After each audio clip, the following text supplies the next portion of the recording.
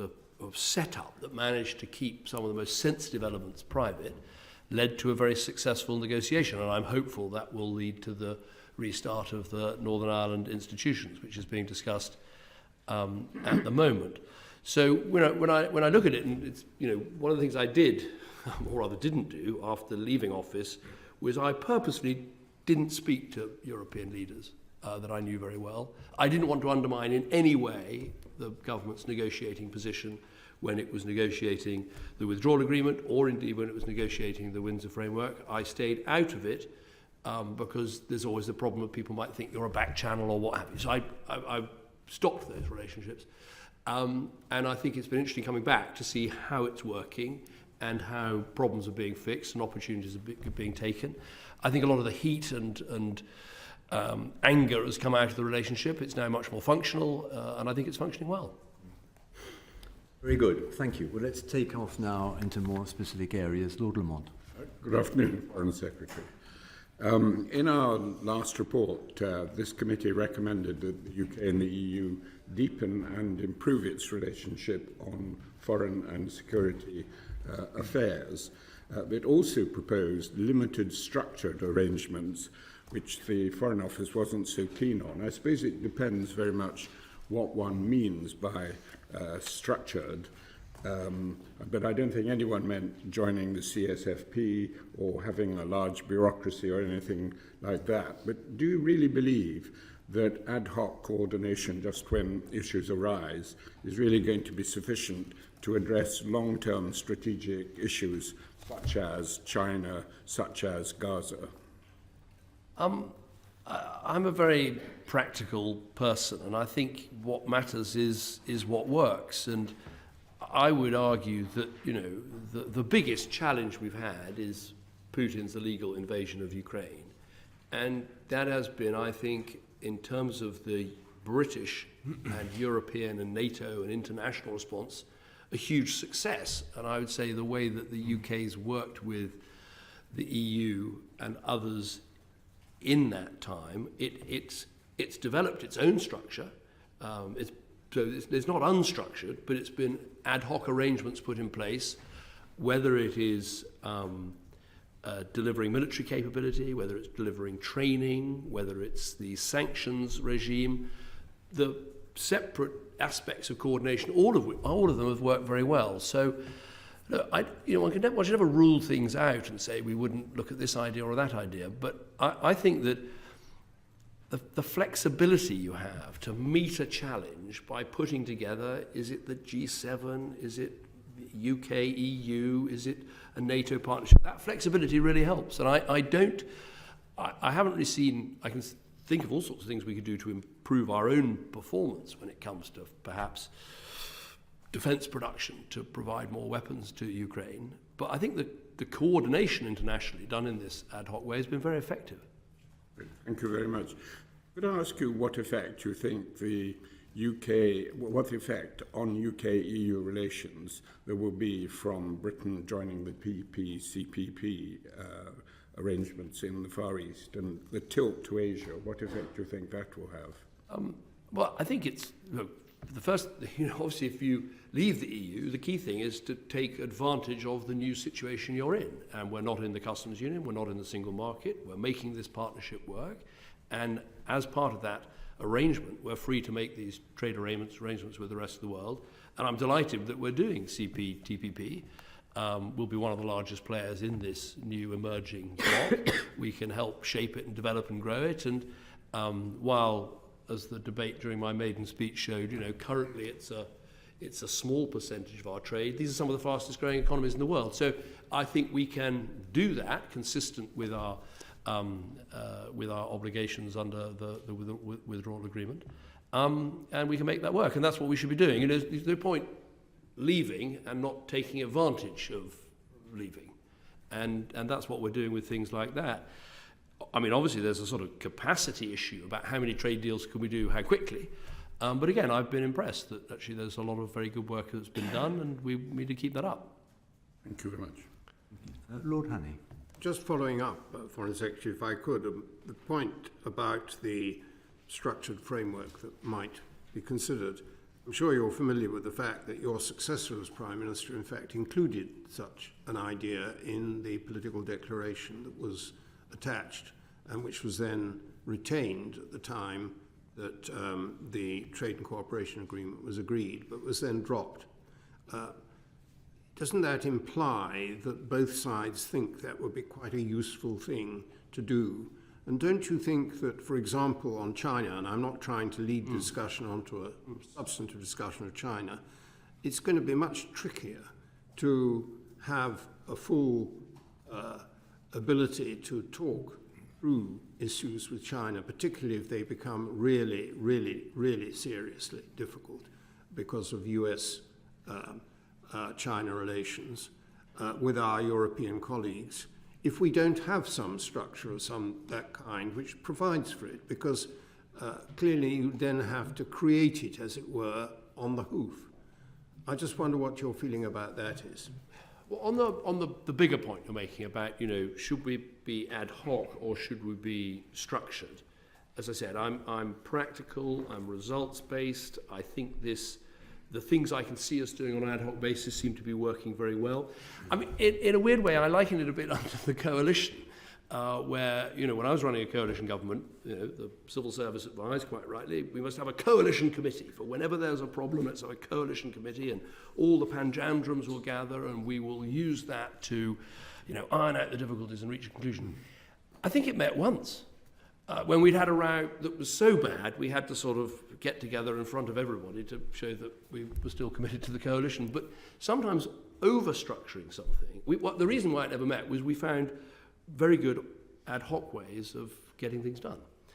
And so while I accept that, structures can sometimes help, we're really asking here, what's the best way of maximising the British interest and getting things done with our partners that we want to get done.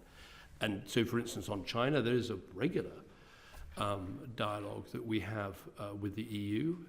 Part of our policy is to very much align with like-minded countries on China. I'm looking at this, but from what I can see, I think, it partly goes to, who we are and what we're like. There's a brilliant industrialist put it to me the other day.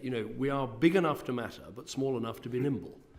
Now, if we're a much smaller country, it might be more important to insert yourself into one of these structured dialogues. But when the EU is looking for a partner, we've got the most capable military, we've got the biggest diplomatic network, we've got the second biggest aid budget, we've got huge capabilities, and so I don't think we're in a position of saying, please, can we join your China dialogue? We've got a very important relationship with China and huge historical knowledge and everything else, and so we're natural partners to talk to and have a conversation with. So I think it's a question of what works, and I think this is working well. Lord Little. I'm a member of this Parliamentary Partnership Assembly that's been set up between the EU and the UK, along with Lord Ricketts.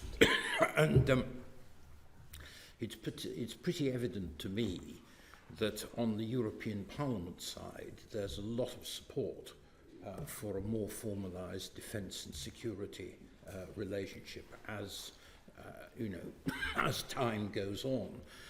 Particularly among the EPP, the Christian Democrats there. Why shouldn't Britain take advantage of that if there's, a warm feeling that it's desired?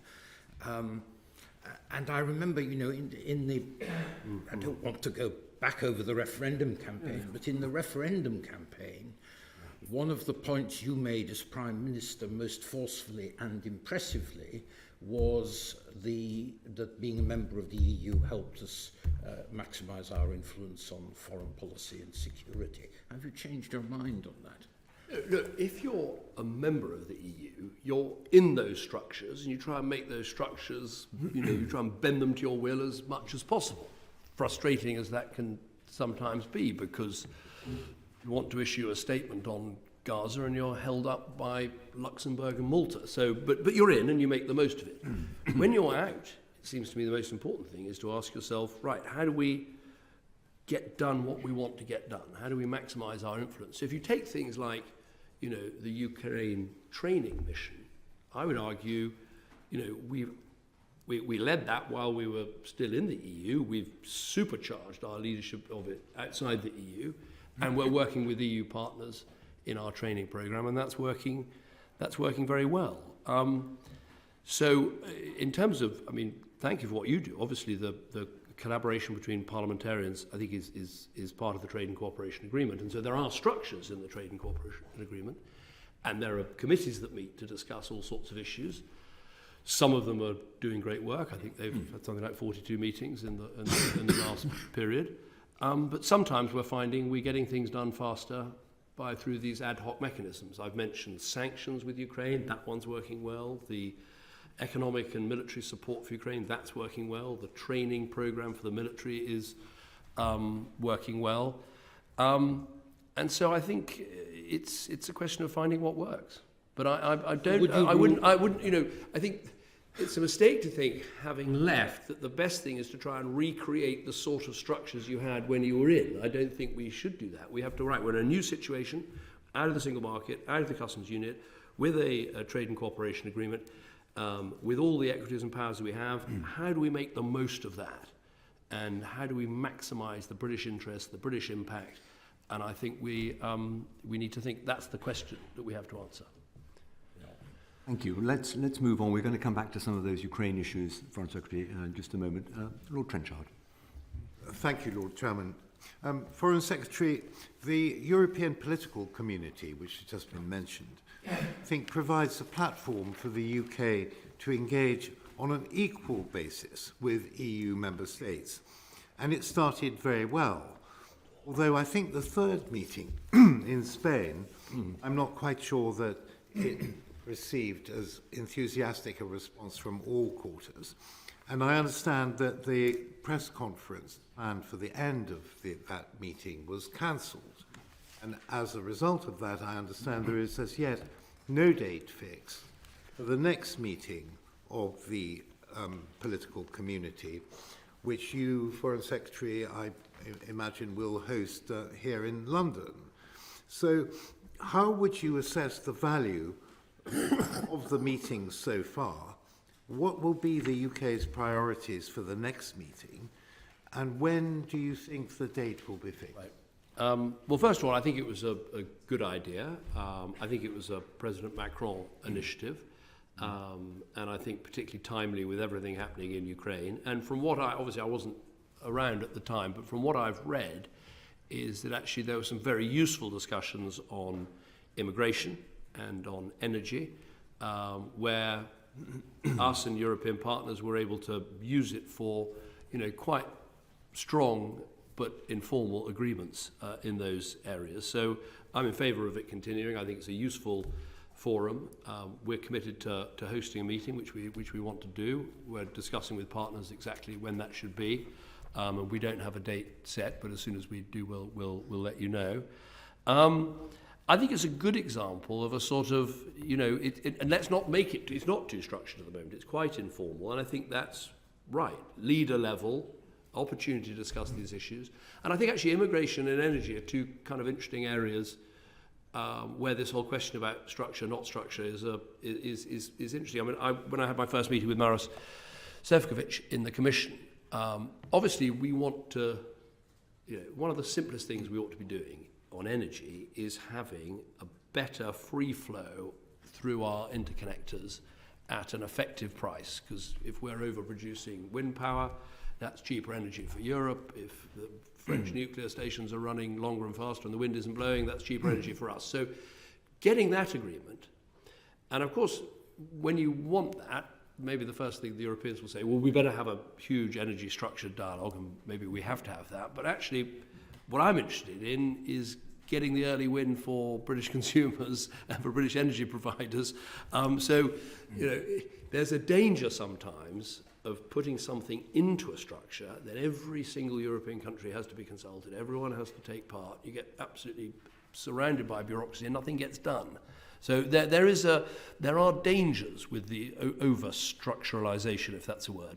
Yes, thank you very much. And could I follow on from Lord Liddell's question that about structure versus non-structure, that we have recently announced, in fact, I think that the Defence Secretary signed this morning in Tokyo a treaty establishing the trilateral Global Combat Air Programme, the GCAP, aircraft, together with Italy and with Japan, which has not needed any EU defence structures to be realised, or at least to get to the kick-off point, involving Italy, a full EU member, presumably subject to EU defence, the rules of EU defence structures, and Japan, never an EU member, and the UK, a former EU member.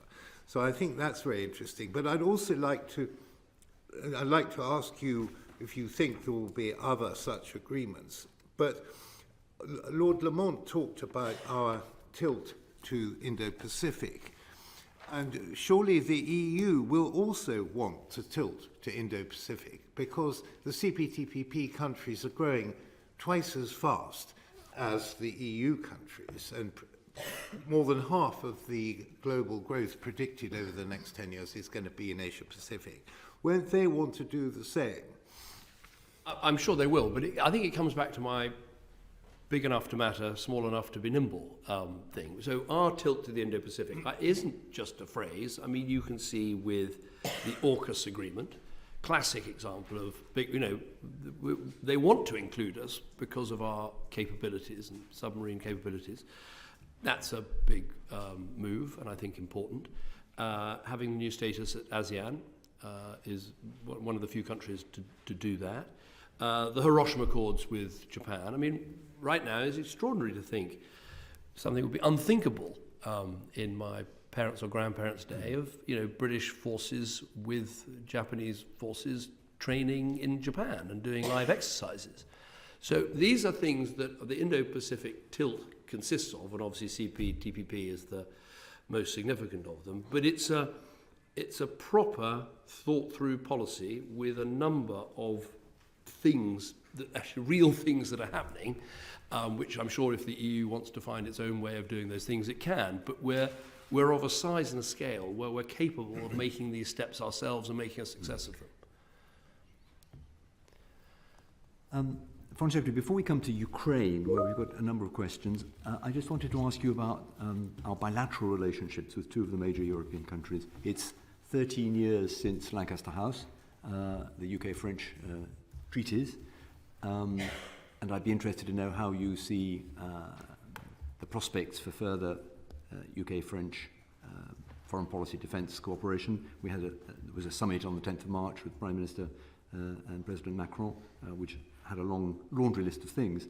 But I wonder how you see the state of that relationship. And in particular, do you think there's the same scope to have a strategic relationship with Germany in the new state of European security? Something doesn't have to be exactly the same as the French, but a more strategic, long-term security defence relationship with Germany as well. Well, I'm very proud of the Lancaster House Agreement. I had a very wise national security advisor at the time. I can't think who it was, but who was advising me about it. But it's always struck me that the UK and France have militaries of similar scale and ambition. We're both nuclear powers, both military and civil. We're both permanent members of the UN Security Council. We both have interests around the world. We both have, relations with former colonies that either through the Commonwealth or the Francophonie, which are important to us. And so this idea of trying to come together and build this stronger alliance and cooperate in all sorts of defence areas, but also in the most sensitive nuclear areas, was a great ambition, and I was glad it was realised, and I think it's been a success, more successful in some areas than others, but nonetheless a success. And I think there's a real opportunity next year to take it a step further if we can sort out a really high level and powerful Anglo-French summit, which I'm sure we can, and I think there's great enthusiasm on the French side as there is on the British side. So I think all to the good. And my ambition would be to try and do more. I think, you know, we've both got the same challenges of we're living in a more dangerous and uncertain world. We've got extraordinary military capabilities, but extraordinary costs of maintaining them, and there are things that we can do and we can share. I think the German partnership, we do have a very high level of strategic dialogue and partnership with Germany. I don't think it's quite the same because they're not a nuclear power in the same way. The military ambition and reach is different. So I don't think it will work in quite the same way. I think there are other things we can do with the Germans. Indeed, I was talking to my German opposite number this morning about the situation in Israel and Gaza, and I think we're very like-minded on all the things we want to do and all the things we want to see change there. But I don't think a sort of Lancaster House partnership would be appropriate. Right, thank you. In terms of France, it's the 120th anniversary of the Entente Cordiale next year, which is a very good peg for another push forward on UK-French relations. Sorry, I'll stop the advertisement. Baroness Blackstone. Good afternoon, Foreign Secretary. Following up on the Chair's questions about bilateral relations, particularly with France, it's a more specific area, but it's a very topical one. You just mentioned it in terms of your discussion with the German Foreign Minister. Have you had any discussions with President Macron or his Foreign Minister on the whole issue of Israel-Gaza, where he has taken a rather different position to that of the UK government, in particular in requesting an immediate ceasefire around 10 days ago? Something that I have, yes. I haven't had a conversation with President Macron. I have with his foreign minister, who I've already had several meetings with. And maybe it's worth giving a sort of proper answer to this question. Our position is, you know, I don't want this conflict to last a moment longer than is necessary. But if we're going to have a ceasefire, it needs to be a sustainable ceasefire in which you know, Hamas is no longer at risk of repeating October the 7th. And so our voting record at the UN and what we've said is we are in favour of humanitarian pauses. We would welcome another early humanitarian pause, urgent humanitarian pause, to get aid in and get hostages out. And we want to see this conflict end as soon as possible. But we want that to happen with a sustainable ceasefire. And I think the problem with the UN resolution that came before the Security Council and then the General Assembly, and that is why we abstained on it rather than voted in favour of it, is I think it was asking for this approach which says, you know, immediate ceasefire, but two-state solution, as it were, is what people want. And those two things, they don't go together. If you have an immediate ceasefire, but Hamas still armed to the teeth, launching rockets into Israel, wanting to repeat October the 7th, you'll never have a two-state solution. And I know the British are sort of, you know, can be annoyingly sort of logical and factual and down-to-earth about it. But, you know, I totally understand countries that just sign up for the immediate ceasefire, say they want a two-state solution and don't reconcile those things. But I think we should try and reconcile those things. So yes to urgent pauses, yes to aid in and hostages out, yes to sustainable ceasefire, and yes to two-state solution.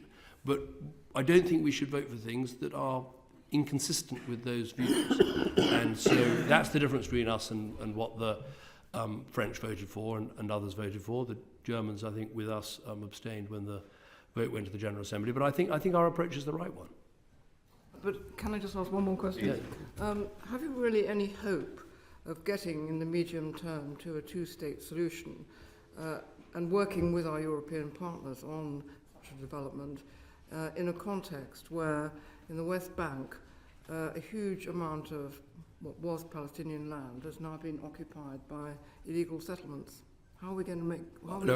I think getting to the two-state solution is extremely difficult, and it's been made, you know, in many ways more difficult by what happened on October the 7th, because obviously ordinary Israelis think, how can we ever have a two-state solution if part of the state or the state is run by these people? So in the short term, it feels more difficult, but we must, I think, try to use the horrific nature of what's happened to think of the long term and how you have a genuine peace and stability for Israel, which involves peace and stability and justice for Palestinian people having a state of their own. Is it technically, is it now sort of physically impossible?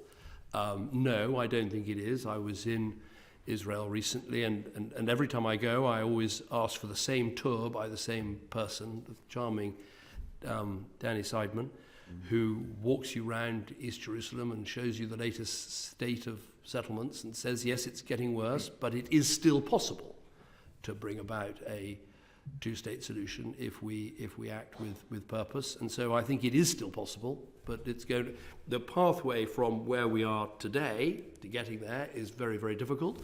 But you've got to start with a sustainable ceasefire, i.e. Hamas not capable of doing what they did. You've then got to think about what comes afterwards in terms of how do you bring stability, security and services to Gaza. You've got to think of how you reform the Palestinian Authority and revitalize it, because ultimately, while many people point out its weaknesses, it's still a body that represents many Palestinians and actually has capabilities in Gaza as well. And then you've got to start thinking, what are the principles and actions that would get you towards a two-state solution?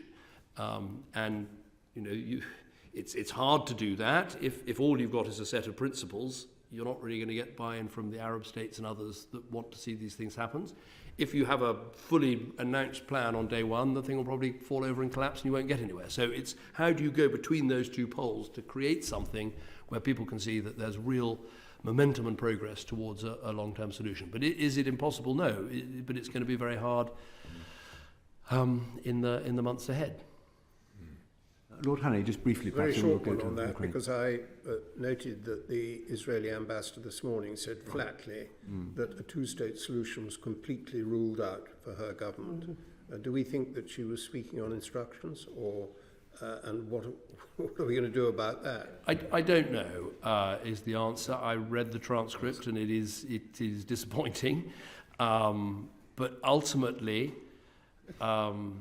if true security and stability for Israel, which is something I care deeply about, I believe in Israel as a homeland for Jewish people, I believe in its right to exist, to thrive, to defend itself, and all the rest of it. Long-term security, I think, requires there to be a state for Palestine as well. So I don't think we should put too much weight on one interview. We have to get on and think about how to help make this happen. Thank you. Thank you very much. Let's move on to what you've called, Foreign Secretary, the defining challenge of this generation, which is Ukraine. Lord Jay. Thank you very much. Welcome, Foreign Secretary. I'd like to ask a question about the war in Ukraine. And you went to Ukraine early on in your time as Foreign Secretary, which I think many of us were extremely pleased to see.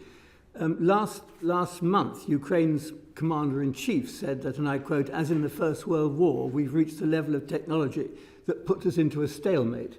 And that was a pretty chilling thing to say. I just wondered what you thought we, the United Kingdom, could do to help Ukraine out of that stalemate, and whether you thought we could succeed. I think there are two things in the sort of short to medium term. One is, while there is something of a stalemate on land, there certainly isn't a stalemate on the Black Sea, where in the last few months, the Ukrainians have effectively pushed the Russian Navy right out of Crimea and Sevastopol back across the Black Sea, and in the process sunk a significant proportion of the Russian Black Sea fleet. And that's important, A, because it shows how badly this war is going from Putin's point of view, and remember, he's lost something like 300,000 troops. And B, it opens up the shipping lane for Ukrainian ships, and I think something like 280 ships have already used the new safe lane. It's not the grain initiative, it's not some UN thing, it is force of arms that's brought this about. And that means that Ukraine is exporting again, the economy is growing again, which leads to the second point, which is, we've got to show that we are in this for as long as it takes, with whatever it takes to help the Ukrainians. And that is obviously military support and the diplomatic support, but it's also this economic support, not just finance, but helping them to grow their economy, because that helps them to sustain what they're doing. So I think those two things, the naval picture and the economic support and getting the economy growing, combined with the recovery conference that we hosted here in London in June. I think those are all crucial. But obviously we're meeting at a time where the EU is thinking about its package, the US is thinking about its package, and you know, the best Christmas present we could give to the Ukrainians is to pass both those packages, and if we don't, we're giving a Christmas present to Vladimir Putin, and we shouldn't be doing that. Well, I was going to ask about that last point. I mean, how united do you think we and the rest of the EU are, and how? I mean, Zelensky clearly had quite a difficult meeting in Washington this week. I mean, how united, if you were sitting in Ukraine, would the West seem? Well, first of all, sitting in Ukraine, okay, I was only there for a few days, but you do get this incredible sense of national unity about what they are doing. And there's no sense that the war will be lost because of any lack of enthusiasm in Ukraine. I mean, people say that, you know, Zelensky's approval ratings have slipped to 80%. I mean, I used to dream of approval ratings of 30%, let alone 80%. So, I mean, I think there's extraordinary unity in Ukraine for what they're doing. I think if you stand back and look at the big picture of what's happened compared with what Putin thought would happen, you know, you've had not only 300,000 Russian casualties, you've had this expansion of NATO, you've had Finland and Sweden coming in, you've had, you know, NATO meetings where you've never seen such unity and enthusiasm and commitment. And you've also seen a very united EU, which was not what we saw in 2014, to be frank. Now, moving to America, it's frustrating because there is a majority in Congress to give money to, and a lot of money to Ukraine and a lot of weapons. And that's a combination of Democrats and Republicans. It's just frustrating that the politics at the moment are locking this together with support for Israel, support for the southern border, and a sort of political dispute, which I'll try to stay out of. But it can be fixed, and I think it will be fixed. I'm just not sure it'll be fixed in time for Christmas, which is frustrating. It is true to say that, you know, in domestic US politics, there are people saying, is this really our priority? Shouldn't we be doing other things? And I think, you know, we have to be frank as politicians that we have to fix our domestic political problems, whether it's immigration problems or lack of economic progress problems. We've got to fix, if we fix those things, we don't only become domestically stronger, we become more capable internationally. And so we shouldn't shy away from that debate. But fundamentally, will the EU put forward its money? I think it will. I hope the outcome will be good from the EU Council. Will the US put forward its money? Yes, I think it will. Will the UK? Yes, we'll be doing this next year. And I think that those three things combined will be very material. Thank you. Thank you, Tim.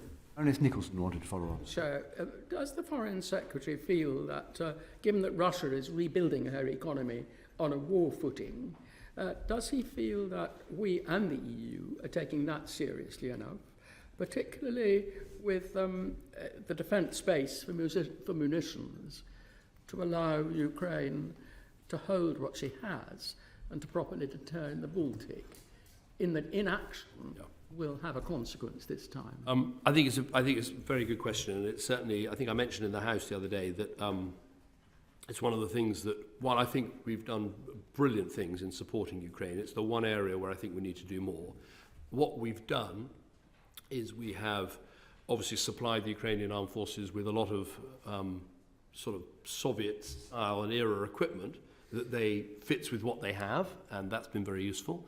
We've given a lot of very capable equipment we have, and I think we should be proud that we were often the first to do it. You know, first with the anti-tank weapons, first with the long-range artillery, first with the tanks, first with the long-range Storm Shadow missiles. But I think you're right, there's a danger of running down supplies and not doing enough to fire up the engines of the defence industries.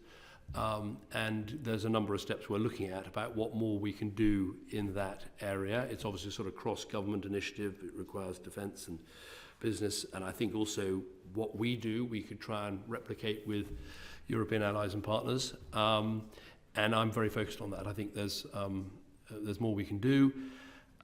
Yes, the Russians are doing it. It's interesting. Their defence spending is now back to the level it was just before the Soviet Union collapsed. So there are costs sometimes from doing these things, but we certainly need to to do more. Part of that will require, I think, multi-year funding, because obviously you need to be able to say to the defence industries, this is an ongoing commitment. It's worth building these new production lines. It's worth building this new capacity because it's going to be needed. And I think it's a good moment to do that because as A, we can help Ukraine, but B, as the chairman said, we're living in a much more dangerous world. It's clear we need to spend on defence at a high level, and we need to make sure we have stockpiles and equipment that match this more dangerous world rather than the slightly more benign circumstances we've faced in the past. Mm-hmm. Thank you very much. On sanctions, Baroness Scott. Yes, thank you. In your response to Lord Liddell, you talked about sanctions as an area where there isn't a sort of a structure really for cooperation. So I wonder if you could describe for us how the high-level discussions take place with the EU on formulation of sanctions policy, and also where you stand on the question of whether we ought to be in lockstep with the EU on sanctions policy, or whether it doesn't matter, or indeed there are advantages on going our own way. Okay, well, thank you. I mean, the answer is there's a sanctions coordinators forum, which is G7 and EU member states, and that meets quarterly, which keeps us all focused on who we're sanctioning, how we're doing it, and the rest. So it's a good piece of. I mean, when I say ad hoc, sort of sounds like it's just people. There's a structure, but it's a set up for an ad hoc purpose, and it's working. As far as I can see, it's working very well. The way we sanction people is a bit different sometimes. I mean, one example would be in the EU, transport sanctions matter a lot because, lorries move from mainland Europe into Russia. So those are very important. They get, obviously with us, the scale and size of the financial services, City of London, so financial sanctions need to be carried out quickly and effectively. But I think from what I've seen, the coordination has been very good through this group, including the US. And so I think it's working quite well. So even if it's not absolutely lockstep, it's been pretty much lockstep. And the effectiveness of the sanctions I don't mean how effective are sanctions per se, although I know perhaps some colleagues may want to ask about that, but in your own terms, is the effectiveness hampered at all by the fact that enforcement is a member state competence in Europe, and are there any issues around that?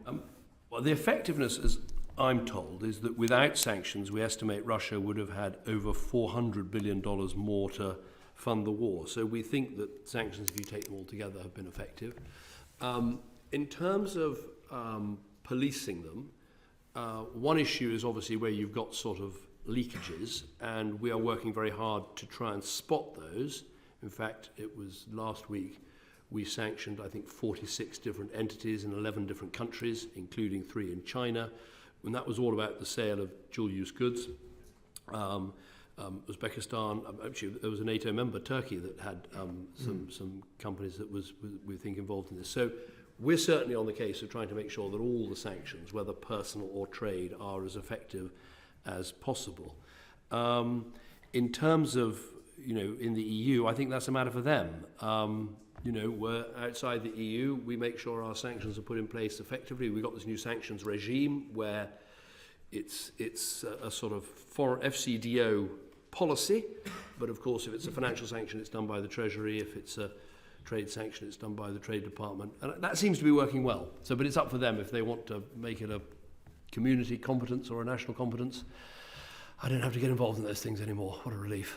Well, sorry, just very quickly on that. I mean, if it becomes obvious that there's a particular country that is not cooperating in that sense, and you're seeing some leakage, are you saying that you wouldn't have any bilateral discussions with? Oh, of course we would. Yes, no, absolutely. And by the way, if we thought that an EU country, if we thought companies in an EU country were selling goods to Russia, we would sanction them.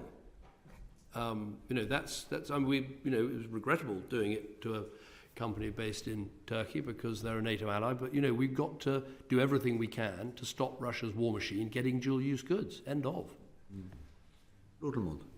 The EU High Representative for External Affairs was quoted in yesterday's paper as saying that the EU was considering sanctions or travel restrictions on settlers on the West Bank. Is that something that would come before the coordination forum? Is it something we would consider if action was taken by the EU? I don't think it would, because really the sanctions forum has been more about what's happening in Ukraine and sanctions on Russia and Belarus. On this issue of sanctions against settler violence, I mean, it's something that America has taken action on. We announced yesterday that we are taking action on travel bans on people who've committed these acts of extremism and violence. And obviously we try and, coordinate that with, I've discussed that with other European partners already. And obviously there's another level we can go to if you want to add to a travel ban a further sanction. That would be, asset freezes along with travel bans. That is an option. That is an option too. But we've taken the travel ban action first. So I think I might be wrong about that. I think that actually the sanctions group can consider sanctions in every circumstance and country, but on this occasion, we saw what I spoke to the Americans, could see what they were planning, and we decided to take action. It will be discussed at the sanctions coordination group, but we haven't waited for it. We've got on and done it, are doing it because it's being put in place by the Home Office. Thank you. Just one more question on sanctions. Is it a problem that the Russians are now able to sell their oil at above $60 a barrel to countries like India? Obviously, we want to do everything we can to make sure this cap is effective, and I think it's, it has been an effective move. It's definitely starved Russia of money, but we need to keep up the pressure of trying to make sure that whenever they're using shadow fleets or what have you, we go after the shadow fleet, go after the money, go after the providers. But it's you can see they're trying everything because it's hurting. But we have to be as effective at finding them as they are at finding ways around it. Thank you very much. Baroness Blackstone. As of course you know, our current inquiry is looking at the effect of the invasion of Ukraine by Russia on UK-EU relations. Yeah. One of the issues that is emerging as a theme that we probably need to cooperate with you on is the whole area of reconstruction. If we're going to be involved in reconstruction, it's also extremely important, is it not, that the whole issue of corruption, which has been a serious one in Ukraine, is tackled. I wonder if you could tell the committee a bit about how you perceive our potential work with the EU on this area of reconstruction. I know there's some has already started, but where it's going to go next, and more specifically, what we need to do about corruption. Well, first of all, on corruption, we work directly with the Ukrainians, as we have for many years, trying to help them with specific anti-corruption measures. I think actually their anti-corruption court and their anti-corruption office were based on support and ideas coming from the UK, and I think they've been effective. I think, of course, there's a problem and much more needs to be done, but I think sometimes we should remember that they've already introduced legislation so that members of parliament in Ukraine, public servants in Ukraine, I think they make a lifelong declaration of their assets and income and what have you. So, there's a lot of progress is being made. On the issue of reconstruction, again, I'm afraid it's another set of initials for you. The Multi-Agency Donor Coordination Platform, that is a EU G7 setup, which has been, I think, very effective set of arrangements that we sit in to provide the financial support and other supports for Ukraine. And we are working with Ukraine and the EU on a Ukraine plan for reconstruction. So again, I think we're plugged in at all the right levels. And one of the discussions we had this week in Cabinet was about making sure that the UK partnership with Ukraine is as broad as possible. It shouldn't just include the economic and diplomatic support, I mean, the cultural links that are growing between our countries, the fact that so many people, myself included, have hosted Ukrainian families in their home, I think this is a huge opportunity for us to grow much closer to a major European country, which I have no doubt that will one day be an enormous success story. I mean, it's per capita GDP is about a third of that of Poland. I don't see any reason why over time it can't achieve those levels. So I think there's going to be, longer term, this is an important relationship with the UK. We're determined to make the most of it. And in terms of reconstruction, we're very joined up with partners. Do you think that the Europeans need to discuss this issue quite urgently with the US, given there's now quite a lot of discussion about Ukraine being Europe's problem, not one for the US? I mean, that's mainly been about military support and additional armament. Yeah. But there's a medium-term issue on... I mean, I think from what I've seen, I mean, A, the Americans are absolutely in the multi-agency donor coordination platform, and B,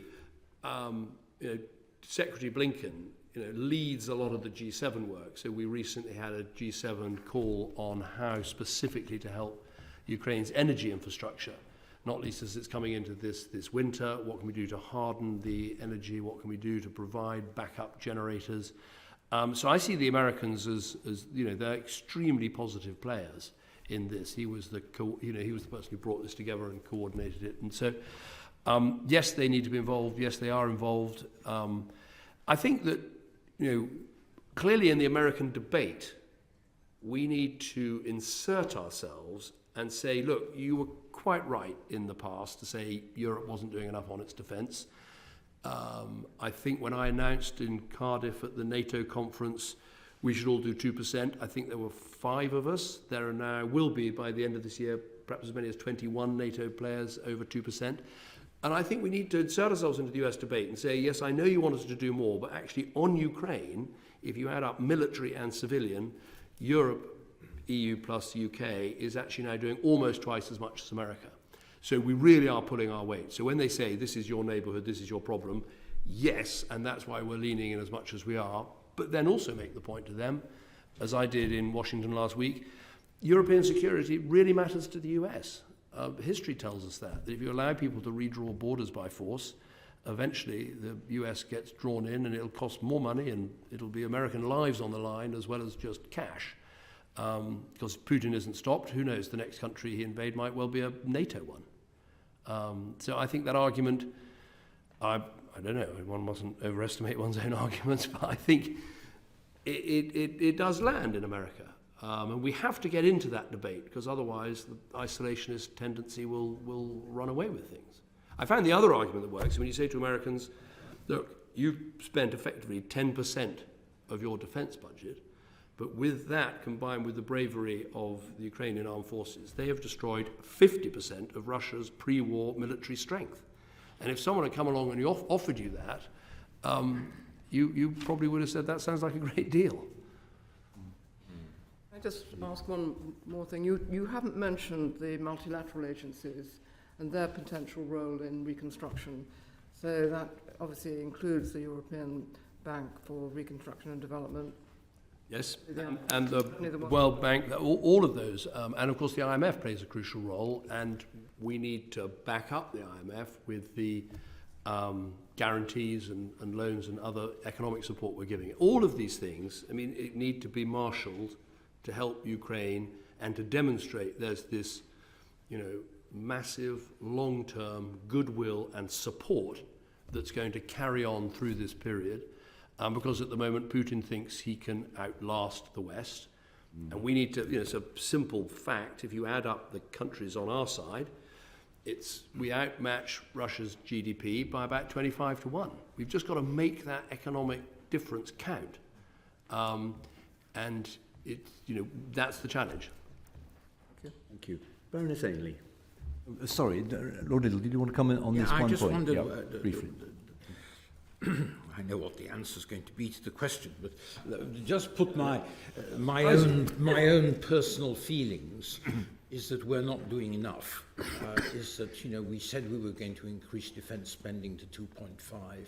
There's no sign of any movement on that score in the latest budget. The Public Accounts Committee said that the money set aside for re-equipping the army on ammunition because of what's been sent to Ukraine is actually being used by the Ministry of Defence for other purposes. We're cutting the size of the army. Is this really the right response, given this is an existential crisis for democracy in Europe?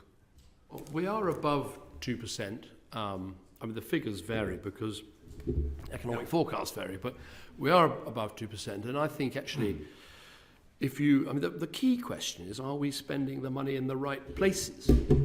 Are we buying the new capabilities? And obviously the government I led did quite a lot on that front, getting into the whole I-STAR and drone technology, re-equipping the Navy, making our armed forces more mobile with new transport planes and a whole new fleet of Chinooks and all the rest of it.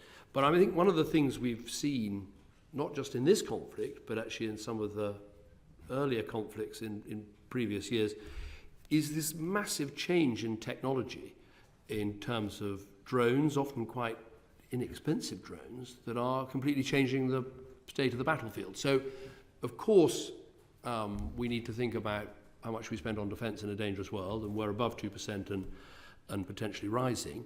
But we also need to think, are we actually, taking the proper long-term decisions to give us the equipment that we need at the right price? And I think that's an ongoing discussion. Baroness Ainley. Good afternoon, Foreign Secretary. And I'd like to follow up on a previous question there about the issue of reconstruction of Ukraine. Now, the committee during the period of this inquiry has heard about proposals for using these sanctioned assets of those that have contributed to assistance to Russia, but using that as a way of contributing to funding the reconstruction of Ukraine. So could you please outline to us the UK government's current view of the feasibility of actually using sanctioned assets, and also against the background of the announcement just last month by the President of the European Commission that the EU is already working on a proposal to focus on the so-called windfall profits that Russia's made from the central bank assets? Yes. Just dealing with that last point, the money that's in Euroclear is sort of cash that's earning interest, and so it's quite easy to spend that money, whereas the sanctioned assets that could be yachts or houses or whatever, obviously are not necessarily interest-bearing in the same way. So there's a slight difference. But to answer the bigger question, is it time not just to freeze the assets, not just to spend some of the interest, but is it time to spend some of the assets or not? My view is that there is a legal route to doing this, first of all, and that when we look at the issues, I think there are some very strong answers for why we should consider doing this. Some of the arguments against are, does this have a chilling effect on other investment into the UK? Well, if people are chilled, I would have thought they'd be pretty chilled by the fact we've frozen them. So I think the other set of arguments about the difficulties, the precedents, all the rest of it, I think a lot of those fall into the category of it's time to realise that the world has changed. And that we are in a more difficult and dangerous and disputatious world. We're in a world where Russia has launched a European war. We're in, a real fight for the sort of security on our continent that we believe in. And extraordinary times require extraordinary measures. So I'm instinctively in favour of trying to do this. Where we've got to is we're working very hard with the G7 about whether we can find a common approach. And I think that would be great because while we've got some sanctioned assets, actually there's far more in other G7 countries and other EU countries, not least the Euroclear figures you spoke about. But I wouldn't rule out if we couldn't achieve a common G7 approach. I think the Americans are quite forward-leaning on this. Maybe there's something we could do with the Americans. Anyway, I'm for pushing hard on this. I think the world's changed. I think the arguments against aren't as strong as people said, and I think there is a legal route. And if you've got those three things, I'll be in favour of moving forward. And Foreign Secretary just stated something I wouldn't disagree with, and that is that extraordinary times mean you have extraordinary methods. I wonder, therefore, can I go from the general to the particular and further ask questions further to those I put to Minister Doherty on Tuesday about the delay of more than 18 months in securing the donation of Mr. Roman Abramovich's 2.3 billion proceeds from selling his football club. Now, at this stage, it seems as though the UK government is dragging its feet. That's not something I normally associate with your activity, Foreign Secretary. So how is the government going to ensure that Mr. Abramovich is not going to slither away from fulfilling his promises? Right. Well, I'm very keen that we don't allow that. I think it was the right move to take, and it's good that it's happened. I mean, we are very keen that that money is spent on humanitarian causes in Ukraine, not on other causes linked to Ukraine or anything else. And so there is an issue with that, which we need to see through. It may take a bit of time, but I think it's important to get the right result. But you're right to pressure us on this. I'm on it. Thank you, Foreign Secretary. You've repeated the view of the previous Foreign Secretary that sometimes you take time and don't act quickly. It's just that clearly, as far as Ukraine is concerned, time can run out. I agree. I'm glad I've stuck to collective responsibility. I'm trying to do that. But I'm apprised of the fact. I think it's just this disagreement about how to go forward. And I don't want us to, give way unless we can get the right result. Lord Honey. Yes, Foreign Secretary, if we could switch to Ukraine's candidacy for EU membership now. Recognising, which of course we all do, that the accession of Ukraine is a matter for the EU and its member states alone, does the government consider that an EU which had Ukraine as a member would be in the strategic interests of the UK? And would you favour also, and this is a bit of a separate part of the question, would you favour close coordination both with our NATO partners and the EU partners over their respective enlargement processes? Yes, look, the way I look at this is, we are strong supporters of Ukraine. We're strong supporters of Ukraine wanting to anchor itself in the Euro-Atlantic alliance. We're not members of the EU, so we don't have a role in that debate. But we note what Ukraine wants, and we want for Ukraine to succeed in its aims and goals.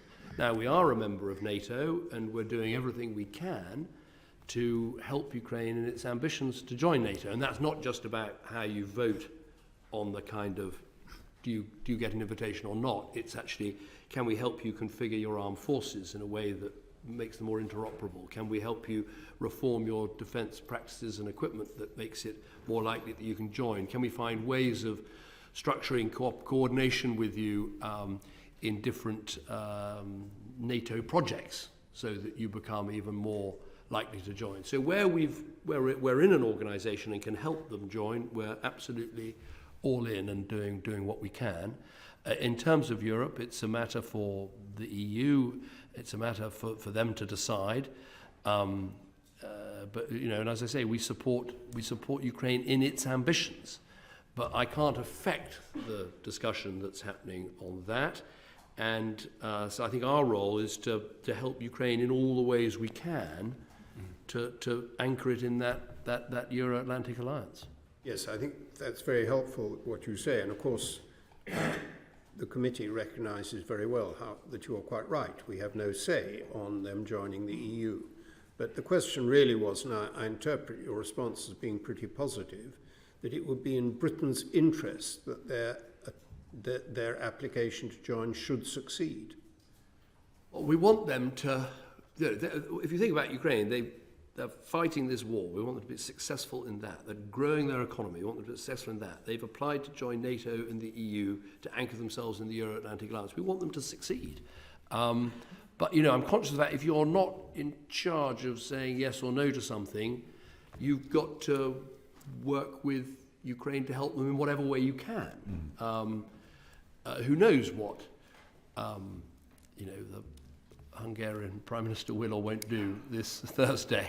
And I used to know him quite well. I think he's changed a bit maybe since then. But, we're not in control of that. But what we can do is help this country in every way we can to succeed. There are, as I think we're demonstrating, you can have a partnership and make that work. Thank you. Lord Riddle. This is a different focus, the Trade and Cooperation Agreement, and the clause in it which calls for a review of it, I think starting next year, or certainly the initials work on it starting next year. Interested in what your view of this is. Obviously, it's a big strategic thing in our relations with the European Union. Would you want it to be extensive, or do you think it's likely to be relatively insignificant?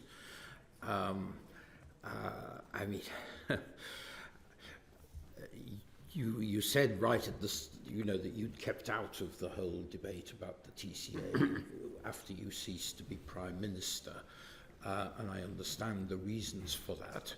But I think a lot of us now who are on the Remain side of the argument feel that we might, with more cooperative politics, have got a better outcome in terms of the TCA than we actually got. And the question is, do you think there's any willingness on the part of the European Union to look at these issues again?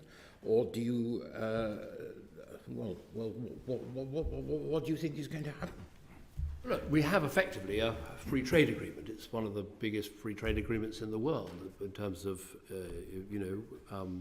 no tariffs, no quotas.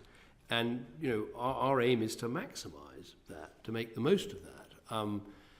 As I said right at the beginning, I think if you take the last year, a year in which, we've had a Prime Minister who's built, I think, extremely good relations with individual EU countries and also with the institutions and with Ursula von der Leyen at the Commission.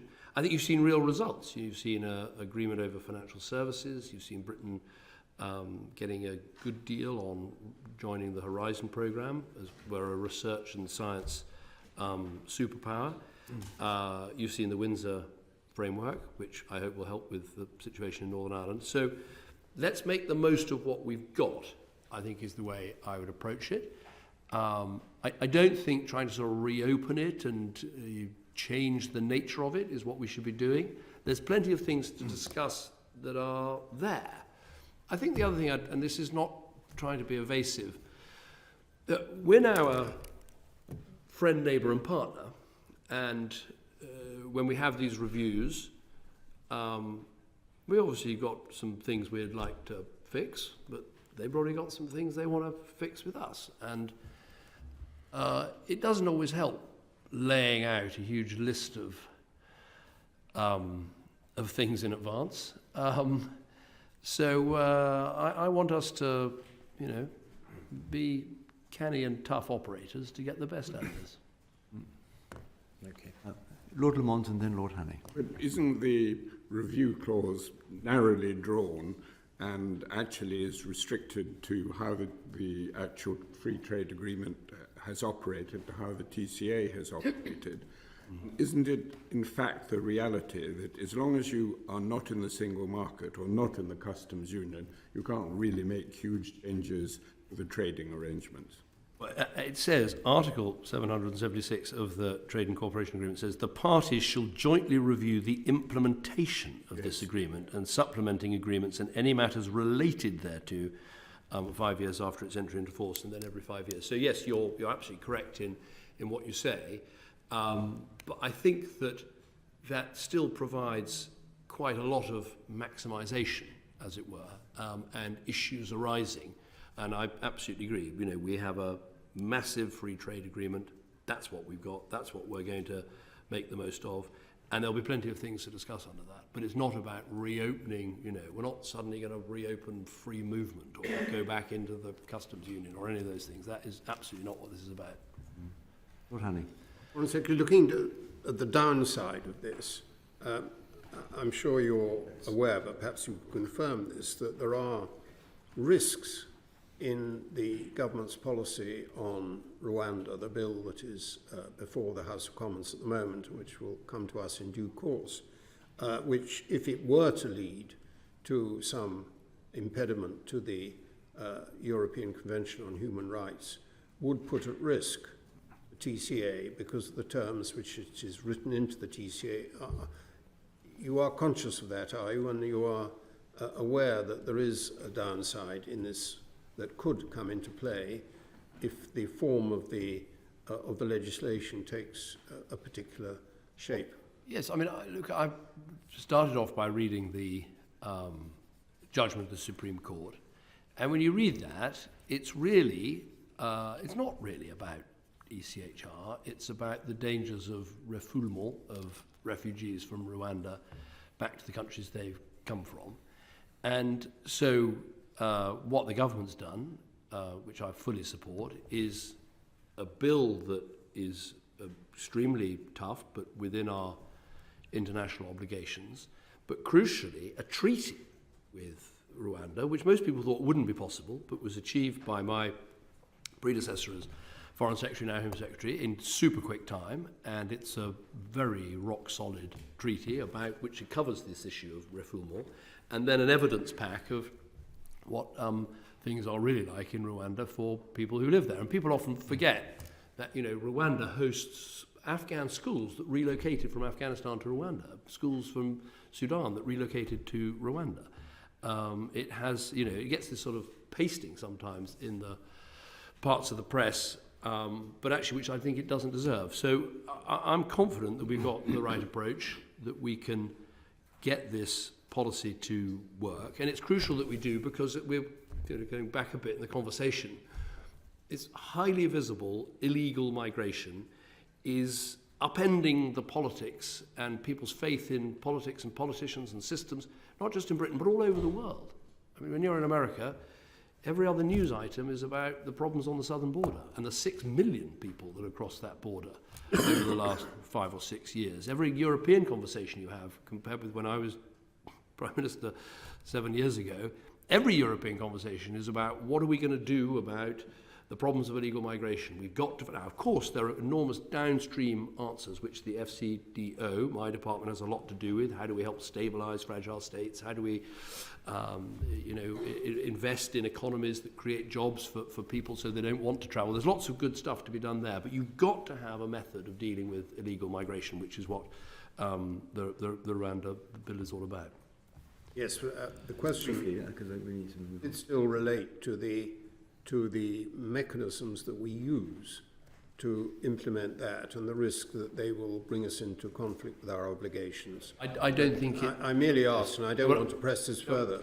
No, well, I don't think it raises that risk. Thank you. Ernest Blackstone, and then we'll... Very quick question. Do you think the very high costs of this scheme per applicant to remain in the UK who's sent instead to Rwanda are justified? I think we have to answer this question. I mean, obviously, the best thing would be if we could pick up someone who arrives on a beach in Kent and take them straight back to France.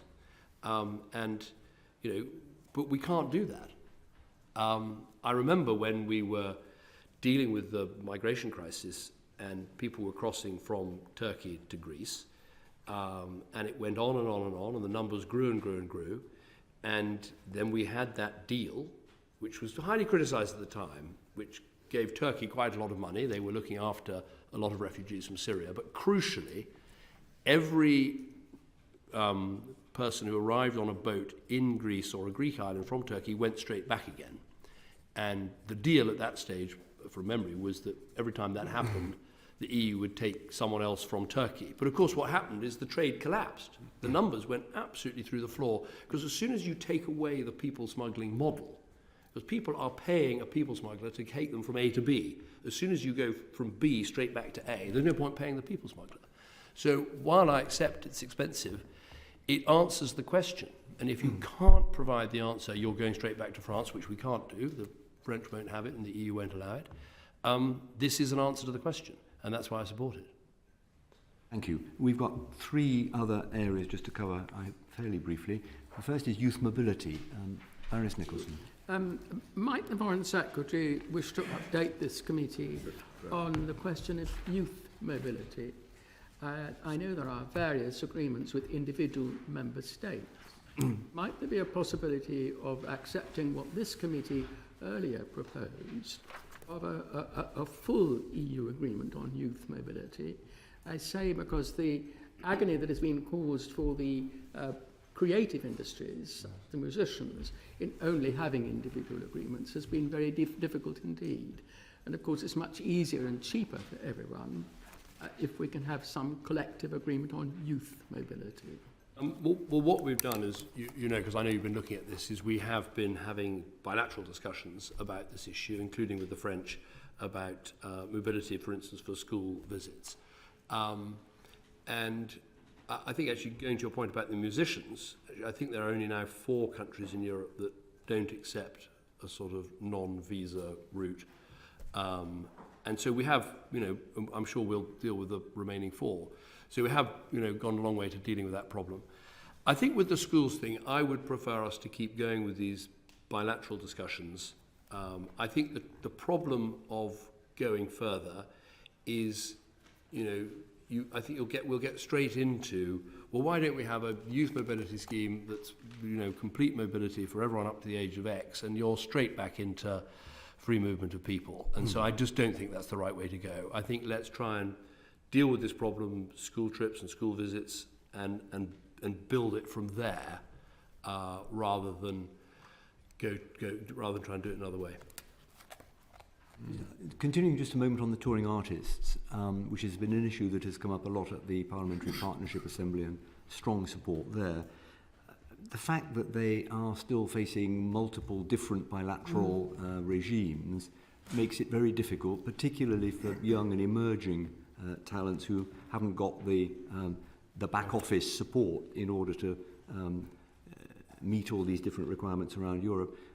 Would you be prepared to consider the idea of some sort of visa waiver agreement EU-wide, and also for EU artists coming to the UK, because that would be the way to deal with it and free up a sector which is very important to many people but is very blocked at the moment?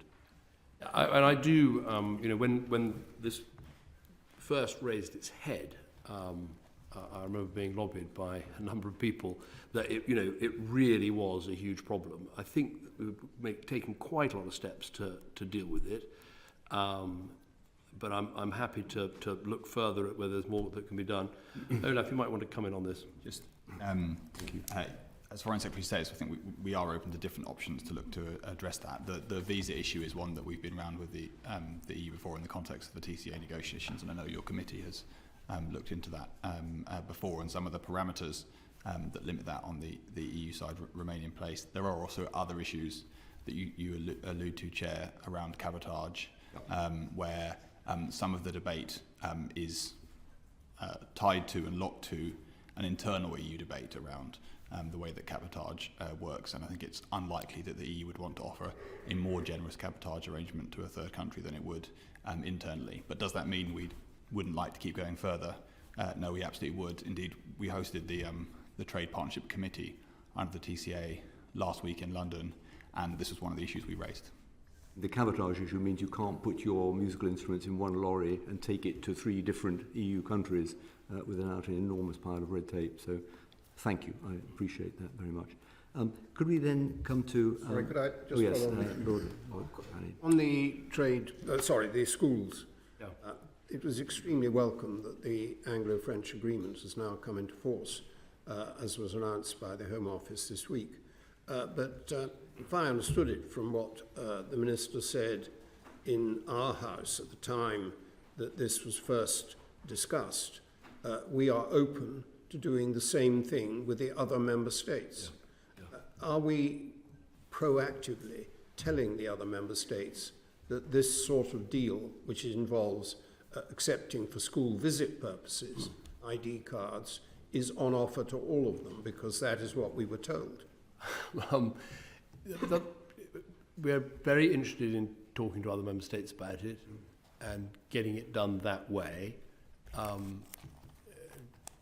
don't want to give too effusive an answer, otherwise suddenly it'll turn into an EU competence and we'll be back into that hold'em. But that's not from our point of view, it's from their point of view. But fundamentally, yes, we have lots of agreements with different countries around the world about different forms of mobility for coming to work or coming to study and all the rest of it. And you know, that's very much our approach. We should continue to do that. Yes, but I mean, if you look at the figures, they are pretty horrifying. The figures of what school visits were like before we left the European Union and what they're like now. And I don't know if you've had a chance, but perhaps you would have a chance to look at that. They are terrible. I'm happy to go and have a look, but I think, as I say, we want to solve this on a bilateral basis. Yes, that's very good. Thank you. Lord Little, on green issues and Yes. energy. Well, you've already spoken warmly about the need for cooperation on cross-channel grids and having electricity pricing arrangements and all that, which enable us to take full advantage of the opportunities here. But the Commission and Franz Timmermans, when he was Vice President, has, in his climate change policy, put forward the proposal for CBAMs, for carbon, you know, the tariffs that represent the carbon content of the import. And I think it's the case that Jeremy Hunt has said that in principle we think this is quite a good idea as well. So there's a sort of potential there. But does the government believe that it should be striking an agreement with the EU on CBAMs? And how do we overcome the problem that for some reason I don't understand, we've allowed our trading system to diverge from the EU, so that there's a bit of a problem in actually making it possible without getting into familiar arguments about are we unfairly getting some advantage or not. So is this an area where you think that we might be able to make progress? It's difficult to answer this one right now because there's a government consultation going on right now about how we respond to the issue of CBAM and indeed the differential carbon pricing between between us and the EU. So this is being examined at the moment. I think you summarised it very well, but I can't really get ahead of it. But I'm looking at it carefully. Right. Nothing more to say. I'm afraid not. Thank you very much. Baroness Lund. Thank you very much, Foreign Secretary. This topic, I hope, is last but not least. Obviously, data protection is not, a departmental responsibility for you, but rather like the way Lord Hannay earlier flagged the ECHR, the question of protection of rights and freedoms is a theme which underpins a lot of the cooperation under the TCA. And in a report from a few weeks ago from the European Parliament, one of the major preoccupations of the Committee on Civil Liberties, Justice and Home Affairs, which I long sat on, was about data protection and the current Data Protection and Digital Information number 2 bill.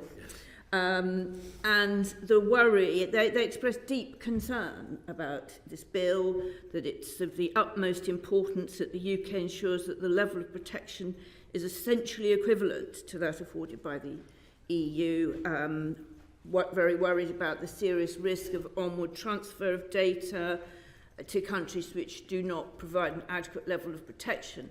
Now, obviously, we have a data adequacy decision from the Commission, and this enables not only hugely important business data flows, so it's not just an arcane civil liberties question. It's a very important commercial issue, as well as the exchange of data in law enforcement, such as under the PRUM agreement. And so, there is a kind of big cloud looming, and just to think of the processes that will happen next year after the European elections, of course, the European Parliament has to approve the new commissioners.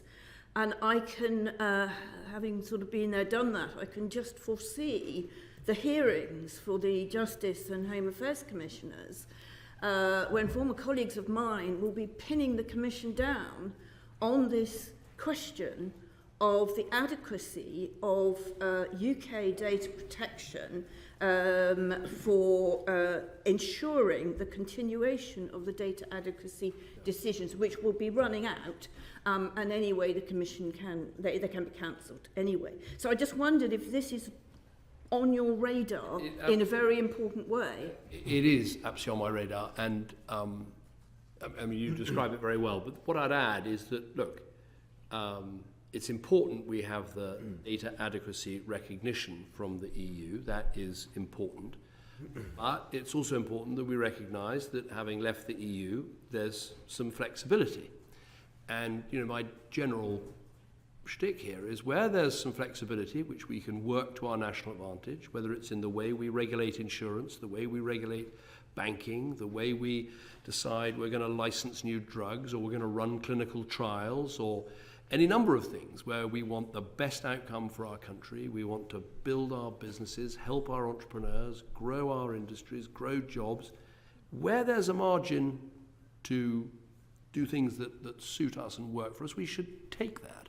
And on data, that's what the bill before both houses of Parliament is all about, is that, GDPR is important, but I think every time we switch on our telephones, we realise that, there's quite a lot of extra complicated bureaucracy, not all of which is necessary. So if there's an opportunity to make some adjustments that work for us, then we should take them. Now, I don't think in any way that should threaten our data adequacy, because, of course, there are lots of other countries that do have data adequacy nominations from the EU, as it were, that have very different data rules to us. So I think the argument I'd make if I was in those meetings with the Commissioner would be to say, yes, of course, look at the UK's new arrangements, but do remember that, you should also be thinking about New Zealand and Japan and Canada. They've all got data adequacy from the EU, but they've all got quite different and divergent ways of dealing with it. So let's not diverge for the sake of it, but if there's some things we can do that lessen bureaucracy, that help business, that help our entrepreneurs, let's do those things. And let's make sure we've got the very best arguments to say, yes, we've made some changes, but we're still, if anything, closer to you than Japan or New Zealand or all these other countries that you say are data adequate. If I may just follow that up, I mean, you're perfectly right, Foreign Secretary, in that it's, it's not the form, it's the substance, and that the issue is whether there is equivalence of standards. Yes. So it doesn't mean to say that every I and T have to be dotted and crossed in exactly the same way. But, the fear is that this is watering down the quality of protection, this bill. And what I really want to ask you is the government absolutely sure that this bill, if it goes through in the form that it's been put to Parliament, will not water down such that there is a risk of losing the equivalence decision? And does the government believe that that is a risk worth taking? Well, first of all, we want high standards in terms of data protection and data management. That's absolutely right. But I think what we need to look at is always the substance rather than the form. That's the key here. So that's point one. But point two, to answer your question very directly, we absolutely think the bill is consistent with being judged data adequate by the EU. And it's important that gets debated in both houses properly, but we're very confident. And I think the thing to bear in mind is this point about the other countries that have different ways of doing it, but are still judged data adequate. Now, we are a third country, so we should be treated like them, not like anything else by the EU. Thank you. Baroness Nicholson, you wanted to follow up? A side comment. Given that AI is not yet regulatorable, is it possible that we as a highly innovative nation might get right out in front by doing extra research on this? It's simply not controllable at the moment, and it probably never will be, but therefore we have to think different. Yes, I've got a sympathy with that view. I was preparing for this meeting, I was sort of looking into this issue, and I noted actually what you said, Chair, about the EU's gone ahead and legislated on AI, and I'm a little bit scared. We're still trying to understand exactly what the risks are, and I think that sometimes if you rush into regulation, you might not get it right. I mean, all credit to the Prime Minister for the Bletchley Park Conference, for the work that's being done. I think let's try and end up with the right regulation. I mean, it may well be that EU regulation is a good piece of law, but I would be looking in myself at things like AI for facial recognition. Is there the right carve-out for national security to help keep us safe from terrorism and all the rest of it? I don't know. I just ask the question.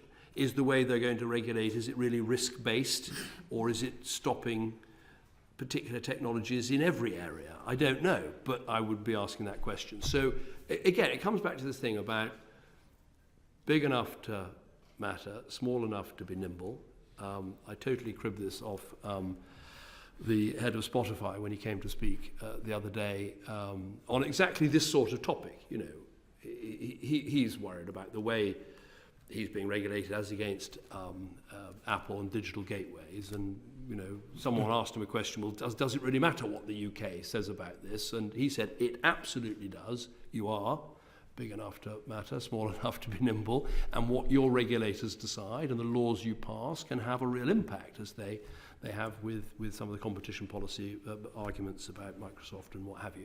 So I think that's the right way to think about it. I'm sure we'll have to legislate on AI, but let's do the research, do the work, get it right, maybe learn from what the Europeans have got right, what they've got wrong, but I wouldn't be 100% confident they've got it right when they've legislated so quickly. Thank you. Sorry, Baroness Nicholson. Just to follow up. Sorry, just one more from Baroness Nicholson. Just a real quickie to say that the difficulty is with AI at the moment, and nobody quite knows how to control that, is when you put something in, they don't know where it's going to come out. Yeah. You can't regulate if you can't actually track something.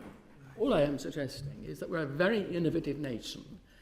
We should put more research into this. Yes. It might come out at the right end in advance of everybody else, which would be really good. I think the great thing about the Bletchley Conference is that it's not just us researching it. There's going to be we're leading a sort of global movement to do that, and hopefully we can make the most of that. Does it not, Foreign Secretary, emerge from this very useful exchange, which you've contributed a lot, on data protection, that we do need a dialogue with the people who are doing the regulation in the European Union of a continuous kind about this, so that we don't inadvertently trip up over each other or do something that leads to friction? Are we using those channels of dialogue in as full a way as we possibly could? Well, of course, the AI summit was a classic example where the EU... I was talking about the data protection. Yeah, data protection. Yes. Yes, look, I think we need to think very carefully about how we are trying to take some burdens off but be high standards and effective. And we need to look at what the EU rules are. We need to look at what other countries that are judged data adequate are doing. And we can have that. There's nothing to stop us having that dialogue anytime we want to. You know, you can always pick up the phone and talk to, people in the Commission or elsewhere to have that conversation. It doesn't, I mean, again, right back to the beginning, it doesn't need to have this enormous structure around it. It's a conversation we can have. Well, that's why I use the phrase dialogue, because obviously Yes. the autonomy of the two parties remains intact. But it's just a question, is the dialogue taking place?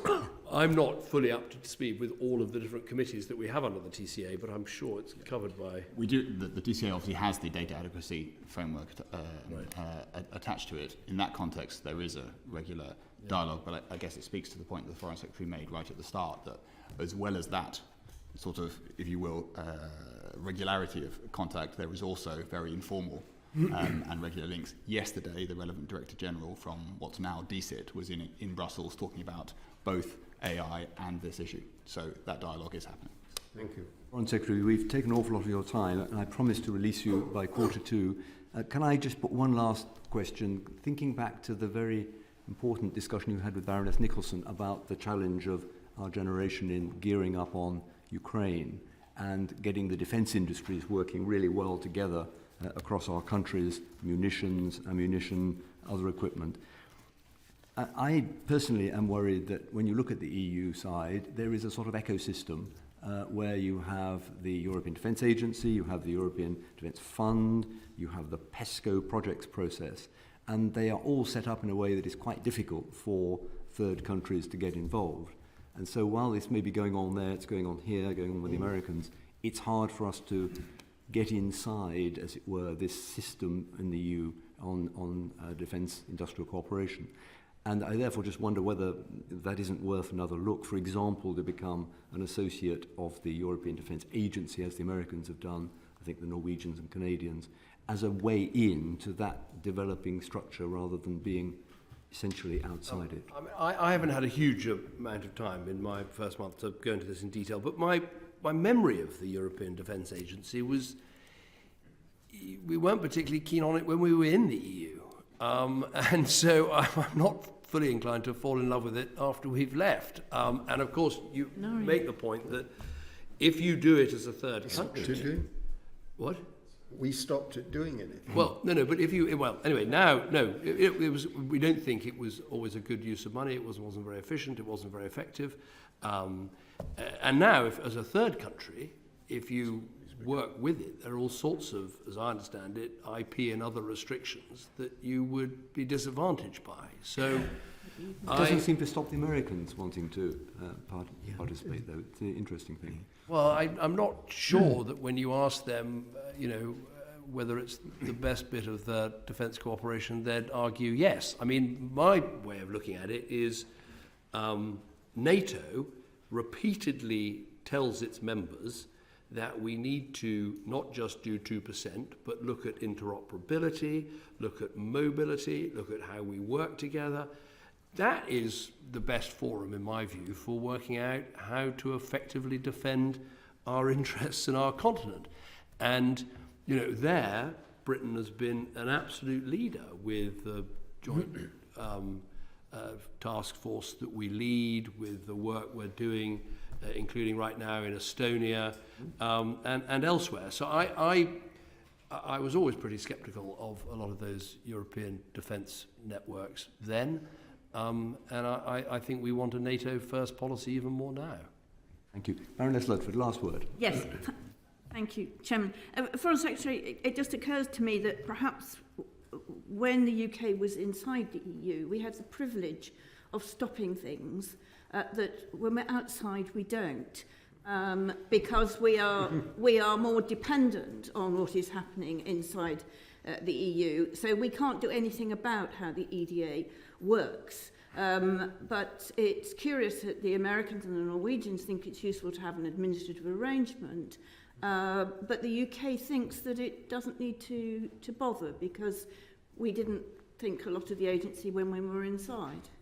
Well, I mean, let me sort of back out and try and answer the sort of bigger question, which is that when you're in, you kind of pay for all these things. So you pay for the European University Institute, you pay for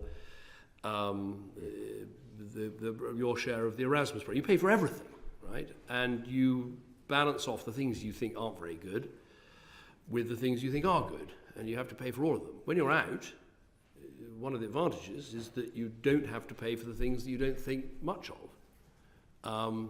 And so, you know, I don't want to single out the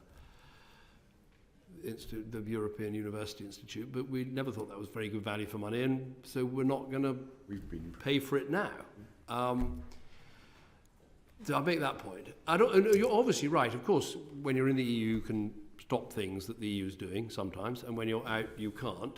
But I would briefly, I'm not going to try and run down the clock, but remind you that when we were in 2011, and they produced a fiscal compact to support the single currency, which I said we needed a lot of safeguards because suddenly Eurozone countries were going to get together and talk about how to regulate financial services, and they said you can't have that. And I said, well, fine, I'm vetoing the treaty. And you'd think, well, you can veto a treaty, you can stop things like treaties. And it turned out that that wasn't the case at all. They produced this wonderfully named lawyer, Mr. Hubert Legal, I remember very well, who came out at about 2 a.m.